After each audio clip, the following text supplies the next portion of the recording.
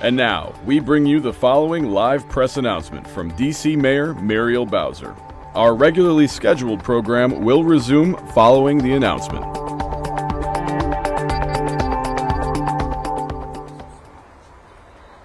Good morning. I'm Nasima Shafi. I'm the CEO of Whitman Walker Health, and I use she and her pronouns. On behalf of Whitman Walker Health, I'm thrilled to welcome all of you here today. Whitman Walker has been a partner with the District of Columbia government in working to keep district residents safe and healthy for over 50 years. We're proud to be working alongside DC Health and the administration on providing information and care for monkeypox.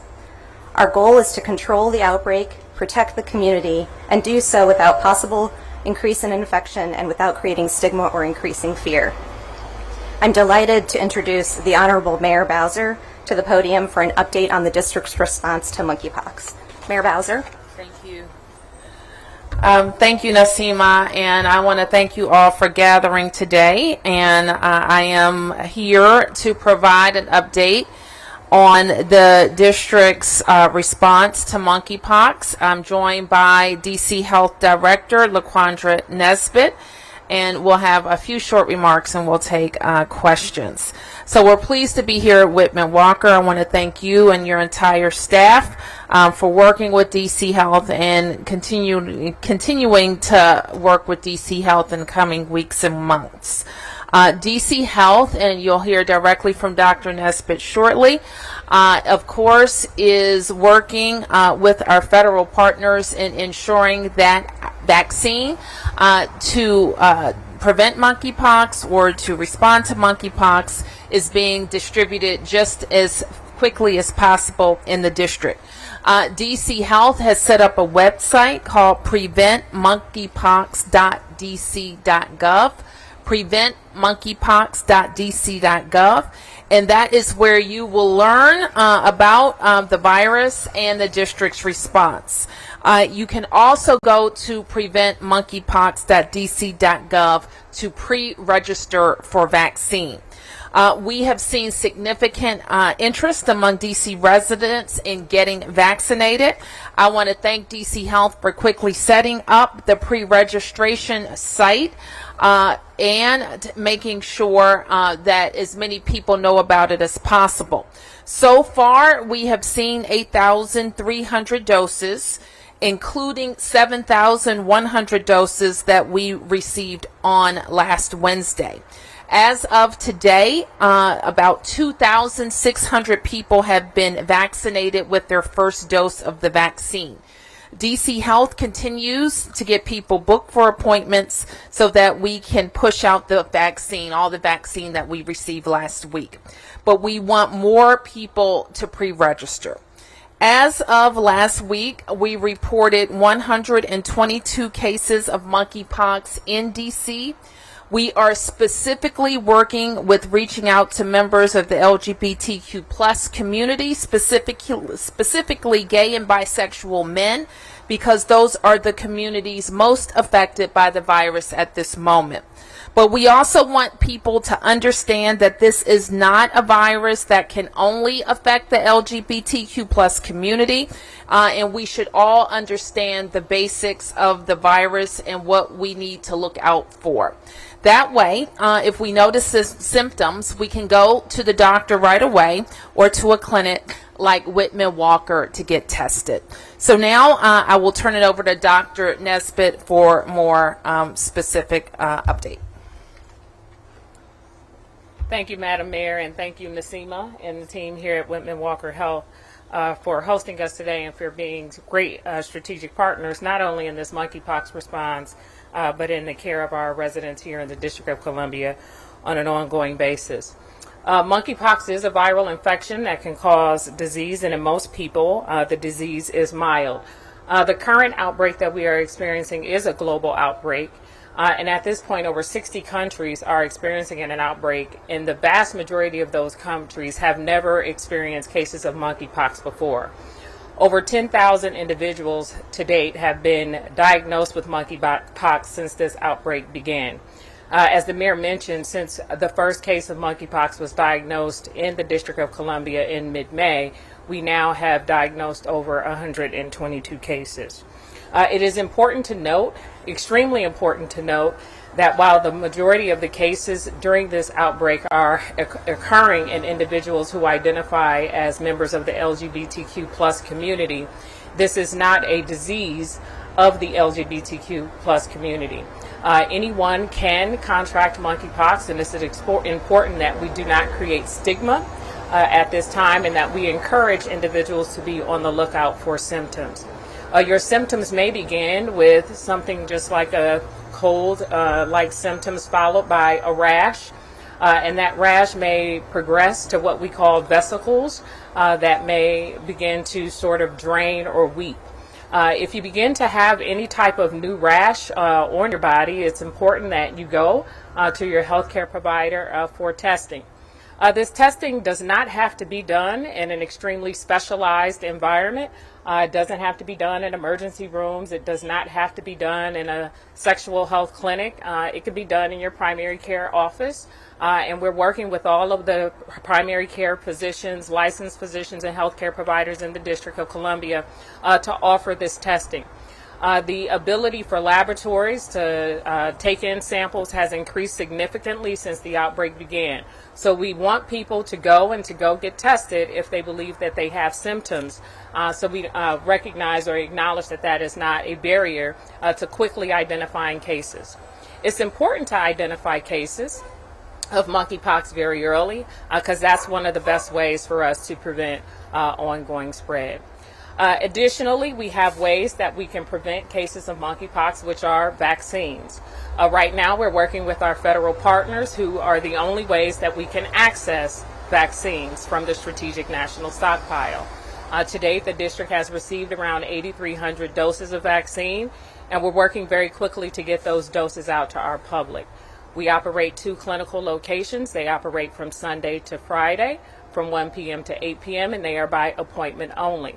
So we encourage all of our residents to go to preventmonkeypox.dc.gov and to pre-register. If you're eligible, meeting our eligibility criteria, as we have vaccine apply, you'll receive an invitation to come in for a vaccine appointment. We sent out vaccine appointments last week, and additional vaccine appointments went out this morning.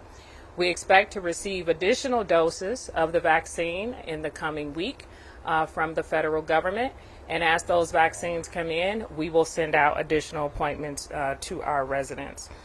There is no specific treatment for monkeypox. However, there are a couple of medications that are available to treat smallpox that can be used to shorten the course of illness or maybe have the rash clear up earlier for people who are diagnosed with monkeypox. We've been using that therapy here in the District of Columbia. We've been working with healthcare providers so that they can access it. Similarly, it's only available directly from the federal government. We have to order it through the health department, and then your healthcare providers have to order it from us. So we've been able to get that out to individuals who are diagnosed. They're doing rather well with the treatment. We have not experienced any fatalities related to monkeypox here in the District of Columbia. It is important to know that some people may experience some discomfort with the rash depending on where the lesions may occur. Just for context, so that people may know who want to have some additional context for who is experiencing monkeypox in the district, we do have 122 cases as of yesterday. The average age, or median age rather, of our cases is 32, and the age range is 18 to 64. The majority of cases are occurring in individuals who are 30 to 34 years old. 63 of the cases are occurring in individuals who identify as white. 96% are occurring in individuals who identify as male, and 82% are occurring in the individuals who identify as gay. In terms of who is currently eligible for vaccination in the District of Columbia, of course, anyone who comes into contact with anyone who has been diagnosed with monkeypox, we want to quickly get them vaccinated. It's important that we try to identify those people who have been in contact with someone who's had monkeypox within 4 days and to get them vaccinated within 14 days. There have been over 560 individuals who have been identified as close contacts, and we are working very quickly to identify those individuals and to get them vaccinated. Over 136 individuals have been able to be vaccinated through what we call post-exposure prophylaxis. Also, they were identified as close contacts as a case and subsequently vaccinated. We've vaccinated an additional 2,600 or so persons through what we call expanded post-exposure prophylaxis.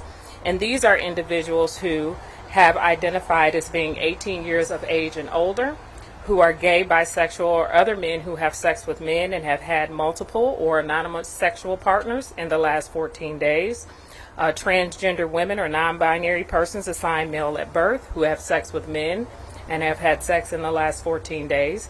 Sex workers of any sexual orientation or gender, and staff of any sexual orientation or gender at establishments where sexual activity occurs, such as bathhouses, saunas, sex clubs, or spas. So those are the individuals that, when they register for an appointment at preventmonkeypox.dc.gov, are prioritized currently for the limited doses of vaccine that we have. But we do want everyone to visit that site and to register if they are interested in receiving the vaccine. It does help us get an idea of the total number of people who would need to be vaccinated in the district. So as we continue to receive vaccine from the federal government according to the national strategy for addressing this monkeypox outbreak, we will know how quickly we will be able to serve all of our residents. So the last thing that I'll mention is we're here at Whitman Walker Health today.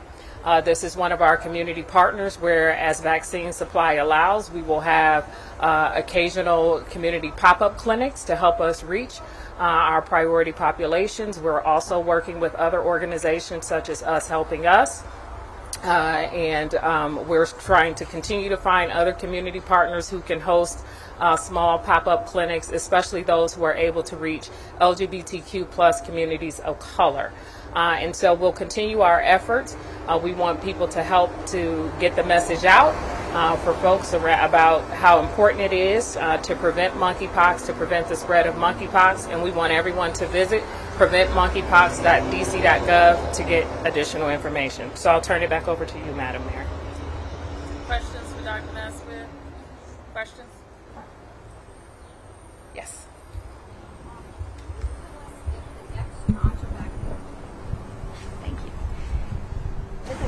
Will the next tranche of vaccine enable you to hold those pop-up clinics? Sure. Thank you for the question. So the question is whether or not how our vaccine allocation strategy will allow us to have community clinics in partnership with community-based organizations. So our allocation strategy allows us to prioritize the post-exposure prophylaxis, which is ensuring that we have adequate vaccine available so that anyone who is a named contact of someone who is a monkeypox case. So if we have someone who is a case and they give us names and viable contact information of a individual who has had high level contact with them, we prioritize them for vaccination over at a DC government operated clinic sites. We always want to make sure that we have adequate vaccine on hand for that population. That's our post-exposure prophylaxis strategy. Then we have the expanded post-exposure prophylaxis strategy, or what's often called PEP++. Not sure why there's two pluses, but there are. And we allocate enough vaccine for that. So a good share of that vaccine allows us to most efficiently distribute vaccine through the two government clinics that operate Sunday through Friday from 1 p.m. to 8 p.m. So the majority of vaccine goes there. And then we allocate additional doses to our clinical partners such as Whitman Walker, Us Helping Us, etc. We had a clinic last Thursday at Us Helping Us. Over 100 people expressed interest in that clinic. We had allocated 100 doses. We're already in the process of scheduling another clinic there, and we'll have adequate vaccine to do so. Do you know how much you'll get next time Our from the second government? allocation we learned over the weekend, it's about 4,000 doses. Unfortunately, we have been informed that this is a 2-dose vaccine, so those are 4,000 doses, not 4,000 regimens. And we have been informed that we need to plan for first and second doses. We are contemplating the adoption of the same strategy that has been used in Europe and New York City is using, given that we have the highest disease burden currently per capita, where we're going to prioritize getting first doses into people. Anticipate, well, one, do you think the federal doses will be enough and sufficient for the need here in D.C.? Do you anticipate as well maybe going to Maryland and Virginia like we did with the COVID-19 vaccines in the very beginning? Yeah, it's an excellent question. This strategy differs from the regional strategy that we have with Maryland and Virginia for COVID. The first piece that I'll say is that we always work as a region. We know that we have very porous borders. With Maryland and Virginia, we have a regional call every Friday, and our state epidemiologists are meeting every week. Every day. I shouldn't say every week. We meet every week, and then they meet every day to talk about the cases and to make sure that close contacts aren't lost. About 560 of the close contacts that have been identified are D.C. residents. And less than 100 of them are close contacts who live outside of D.C., and about 30 or so each of those 100 are in Maryland and Virginia, and then the remaining live across the country. Maryland and Virginia received their own doses of vaccine, and where we had the regional approach before, a lot of that was because of the healthcare worker piece, where a large proportion of the healthcare workers that we wanted to vaccinate in phase 1, with the district receiving a share of vaccine based on our population size, whereas 70% or more of our healthcare workers were not DC residents. So we just simply did not have enough vaccine to stabilize our healthcare system by vaccinating our healthcare workers. Whereas in this situation, the majority of our cases are happening here and the majority of our contacts are happening here, and so we need to prioritize getting those doses into DC residents. Did I hear you say that DC was the worst in the country is comparing it to states as opposed to cities? DC, the CDC provides data by state and then by jurisdictions such as states, territories, and the District of Columbia. And we have on that list, when you look at the listing, the district has the highest number of cases per capita. So that's comparing us to the state of New York, the state of California, the state of Illinois, and then the district, and then Florida, I believe, follows fifth. 63 white males were amongst the 122. How many black males? I didn't mention 63 males. I think I mentioned 63% of our cases were amongst white males. The percent of our cases that are occurred in black or African American males is 24.5. Yes, Dr. Nesbitt, as everyone knows, the district has a reputation of being very LGBTQ supportive, but despite that, we all know that many in the community do face potential negative repercussions if they are identified as LGBTQ. I was wondering, could you say a little bit about how the Department of Health or your partner organizations that are providing the vaccinations and treatment might be dealing with people who are sensitive about disclosing their sexual orientation or gender identity? Sure. I think you know that this administration and I have been very LGBTQ supportive. This health department has that reputation as well. And we have seen overwhelming interest in the vaccine. We have seen people come forward and document their sexual orientation, their gender identity, all of those things. And we have a way of posing questions that make people feel very comfortable. Our interview style makes people feel very comfortable sharing their gender identity. I mean, these are simple facts, right? There's no judgment, there's no editorializing associated with it. What we want people to know is that at this point, we are prioritizing the LGBTQ plus population for vaccination. And we want people to be very comfortable documenting their gender identity, their sex, and their sexual orientation. All of those things are important for us to know at this point. And our community partners have been extremely helpful. We have a number of ways to get information out. We have our ways of getting information out on our website. We have our ways of getting information out on our social media. I mean, this may be one of the times where we put a tweet out and then within 2 minutes it's been retweeted by a number of community partners and community organizations nearly 100 times within the first 2 minutes to get people vaccinated. Palm cards, all of those things are being distributed by social organizations and moving information through social networks. We can always have more people engaged in sharing information, which is why we're here today and why the mayor has chosen to be very out front on this topic as well.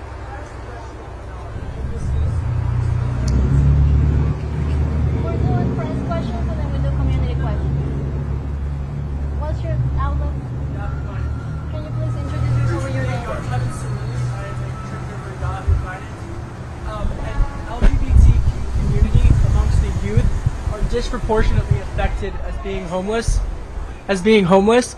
How are you reaching homeless young adults who are members of the LGBTQ plus community? Sure, we have two strategies for doing that. We're working with one community-based organization. We have some conversations scheduled with them, and then, as you know, there was a shelter that was open last week, and we're having some conversations about potentially hosting something there. Mayor, right here. My name is Pedro Rojas. I'm with Univision National News. I wanted to ask you about a separate topic. It's about how the buses with migrants coming from Texas and other states alike is affecting your city in regards of how you handle homeless and so forth. Because I understand that last week at least was a group of migrants that were left out at Union Station. They didn't have a place to be, and I understand that shelters in the city are being affected by these migrants. Well, actually, we're working hand in hand with the federal government, who has released $1 million grant to community organizations to help people who are really coming to the district to go other places. We know that they're getting on buses, I think sometimes under false pretenses, traveling across the country to go to other places. So the federal government is handling the response through a FEMA grant. That the district government will do, considering the DC Council has asked you to assist?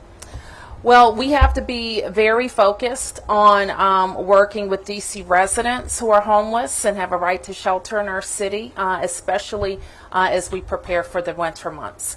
And so we know that we have a federal issue that demands a federal response. Yes. A question on the vaccine distribution Sure. for monkeypox. Has DC gotten as much as it has asked for in terms of vaccine? And if not, how did you go about making sure you procure enough? Was that a concern ahead of time? So what I will say is that every jurisdiction that is experiencing a high increase in cases, which is not, this virus is not impacting all of the country the same. So there's a small subset of jurisdictions that has been very vocal about the number of cases that we are experiencing, and we've had those conversations with the federal government. We are aware that supply is limited. We have been very vocal, and we have seen the pace at which the doses are coming to the U.S. from Denmark increase. We would like it to still be faster. The second piece I will say is that we get an allocation. There was a phase 1. We ordered every single dose they put on the table for us. There was a phase 2A. We immediately ordered every single dose they put on the table to us, and then now we've just gotten our phase 2B allocation. We will order every single dose immediately that was put on the table for us. So this isn't a process where we can ask for 50,000 doses and receive 50,000 doses. They're using a formula based on the number of cases that we have. And so we've been very vocal with our healthcare community to help us quickly identify all of the cases. We've been very vocal with all of our laboratories to send all of the lab results to us very quickly so that we can keep getting information to CDC in a very timely manner so that we can acquire every dose that we believe we are due. COVID vaccine rollout at its inception wasn't always the smoothest. What lessons? Anywhere. Anywhere in DC as well. DC had one of the best responses in the country. Let's be very clear about that. I will stand firm on that forever. Well, Go ahead. What lessons are you taking away from what you encountered at that time with the COVID vaccine rollout to now? Sure. With any emerging infectious disease, whether you have supply constraints with the, what we call the pharmaceutical interventions, right? So you have your non-pharmaceutical interventions that you do, which is quarantine and isolation, and then you have your pharmaceutical interventions, which can be vaccines or which can be other medical countermeasures such as medication. When the emerging infectious disease, which means it's emerging, this is something new introduced into the community, comes, then public health often has to deal with some supply constraints immediately. Our goal when we have to work with the federal government to get things from the strategic national stockpile is to push to acquire as much as we can, as quickly as we can, and to not have it sit in warehouses here in the District of Columbia, but to get it out into the public as quickly as possible. I think what you will find with both the vaccination strategy is that we did not wait. When we got vaccines here, we had them in arms within 24 hours with COVID. The same thing has happened with monkeypox. When we had vaccines here, we were standing up clinics very early. We have had calls with our federal partners for them to learn how quickly we expanded into expanded PEP or PEP++. There are still jurisdictions contemplating how to do that strategy well over a week or two after we had implemented here in the District of Columbia. So we have a lot that we have learned from COVID, which was unprecedented, that we're applying here. One of the other things that we have done, and I think when people attempt to provide a little bit of criticism to our COVID response, is that our initial piece to address equity was to put the vaccines in communities of color. We learned that people with resources and means would drive into communities of color that they had never gone to ever before to get those vaccines, whereas people thought, well, I live in this community. When I get ready to get my vaccine, it will be here. And people came and snatched those vaccines up. You saw people from Ward 3 go to Ward 8. And the public viewed that as if the health department did not have an equitable strategy. That was inaccurate. And so what we did to address that strategy was to then begin to require that only people who lived in those neighborhoods could schedule those appointments in those neighborhoods and schedule those appointments across in those neighborhoods or across the city or wherever they chose. So we applied as a lesson learned. Now we are creating where the scheduling is done for people of color and not just simply the location. Okay, we're going to take one more. Yes. Can we go back to off topic? I wanted to circle back to the migrants question. I know, the council members sent you that letter at the end of last week. Have you gotten a chance to talk with any of them or look at those 5 things that they wanted you to do? I received a letter. Prior to receiving that letter, I had a conversation with Council Member Nadeau. I haven't talked to any other council members, but I will go back to what I said earlier: is that we're dealing with a federal issue that the District of Columbia won't be able to bear. So it requires the federal response. Yeah. Yeah.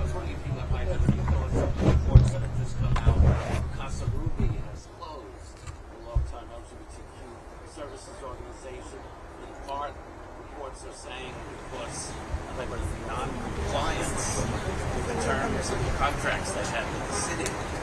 Any thoughts on that? Well, Lou, I'm sad about it. I think that a lot of people here know Ruby and know the organization, and especially know the organization when it was doing work that nobody else was doing. So I'm very sad about it. But I also know when we give hundreds of thousands and millions of dollars and vendors aren't getting paid, employees aren't getting paid, we've got a problem.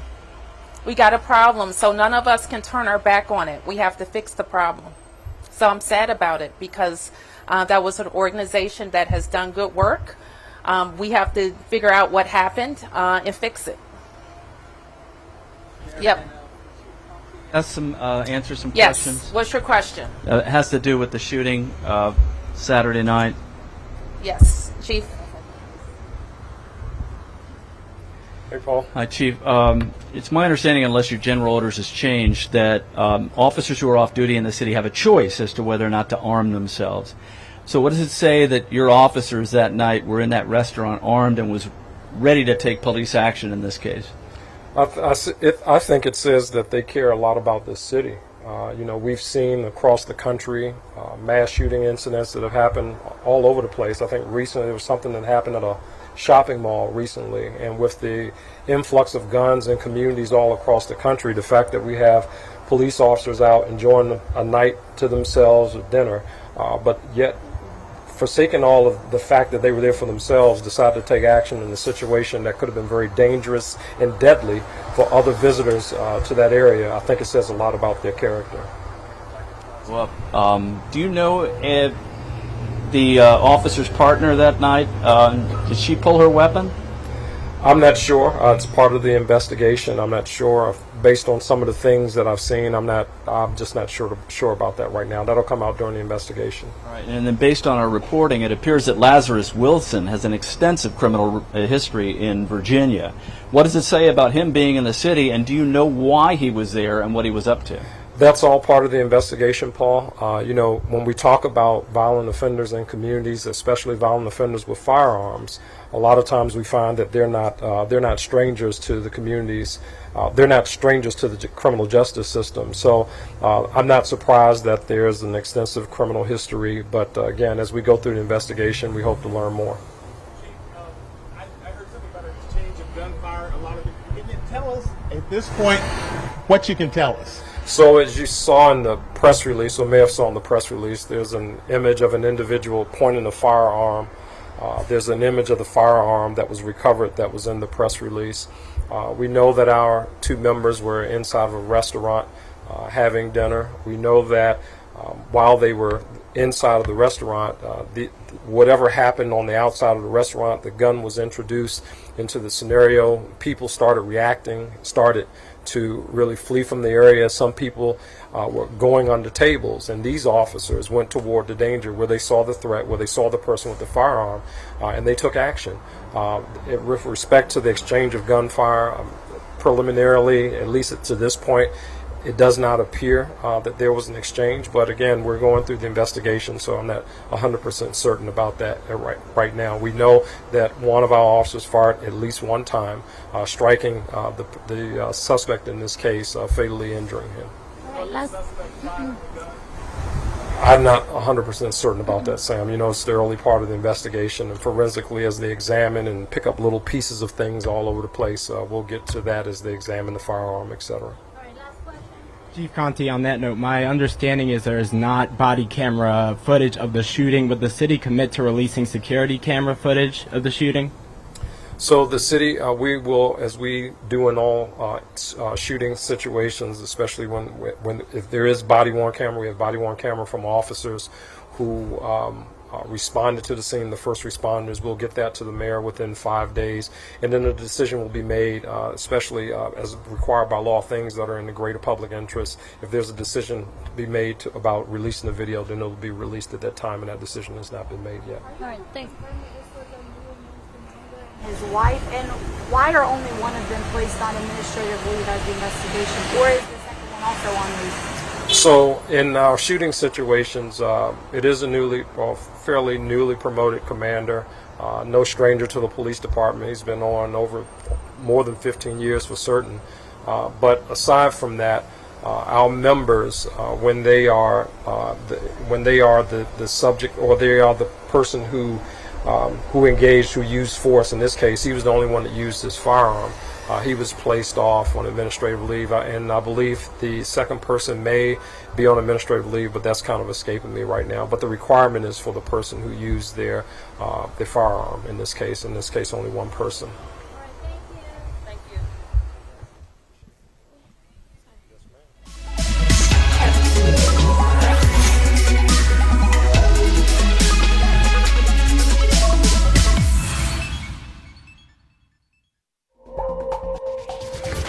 We now return to our previously scheduled program, already in progress.